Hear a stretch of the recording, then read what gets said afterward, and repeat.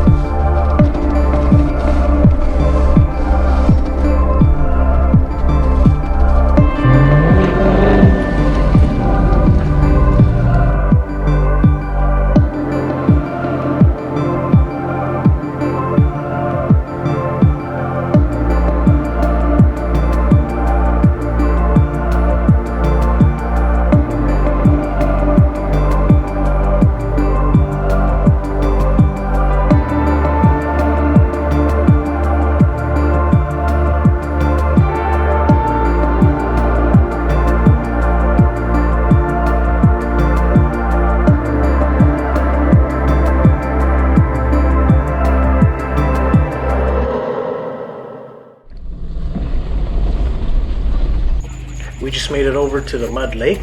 There's plenty of people here. We might just hang out here for a little bit. Man, I'm kind of tempted to try this out. Definitely not set up for it, but let's see what happens. Yep. Watch out, watch out. Nope, nope. You tapped it. Hold on. After picking another line, I got a feeling that maybe I shouldn't go up these today. I do have to drive this guy home. It's my only vehicle, but I'll definitely be back, and probably with a stubby bumper, make this a little bit easier.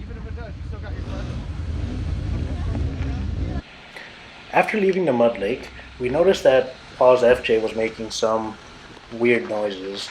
We decided to check it out to see what it was before continuing forward.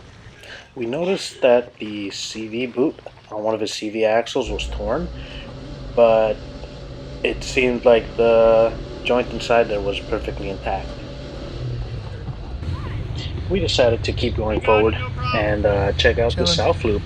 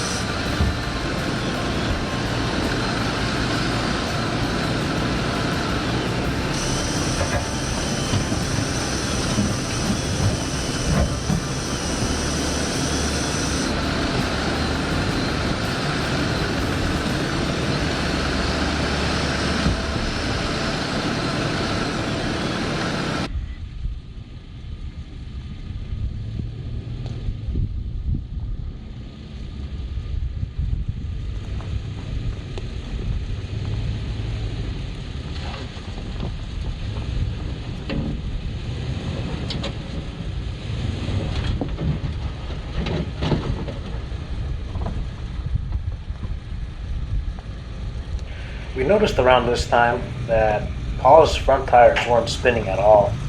So at first we started thinking that maybe it was like something with the electronics that wasn't allowing the four-wheel drive to kick in.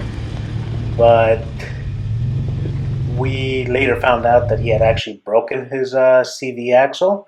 So he was stuck in two-wheel drive through all of this. However, since everything was dry, it wasn't particularly hard to get traction on it.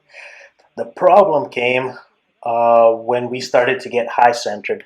Uh, Once we both started getting high centered, we realized that maybe we should come up with a plan. Our two options were either to go back the way we came or to continue going to the edge of the loop.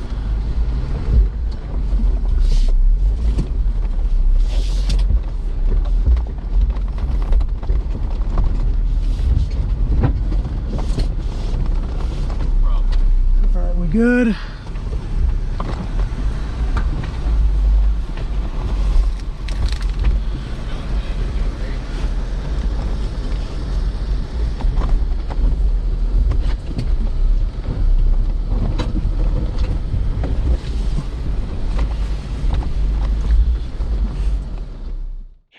Ultimately, we decided on kind of an in-between. What we did is we moved Paul's FJ off to the side of the road and continued forward in the Jeep to see how the rest of it looked. It didn't get much better.